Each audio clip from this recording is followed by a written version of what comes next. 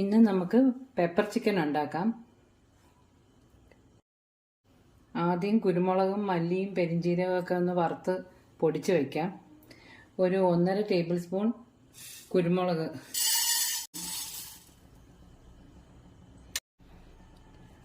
പെരിഞ്ചീരകം 1 table spoon, പട്ട, ഗ്രാമ്പു, ഏലക്ക ഇത്രയും കൂടെ നമുക്കൊന്ന് വറുത്തെടുക്കാം.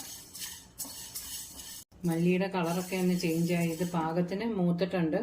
ഇനി ഇത് പൊടിച്ചോണ്ട് വരാം. അതേ പാനിൽ തന്നെ കുറച്ച് വെളിച്ചെണ്ണ ഒഴിക്കാം.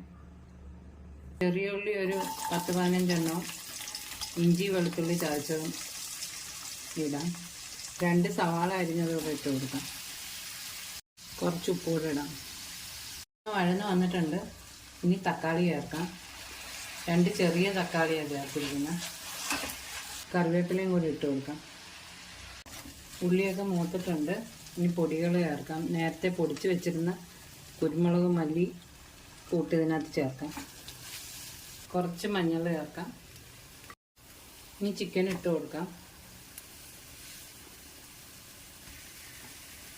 കുറച്ച് വെള്ളവും കൂടെ ഒഴിച്ച് ഉപ്പും കുറച്ചിട്ട് കൊടുക്കാം.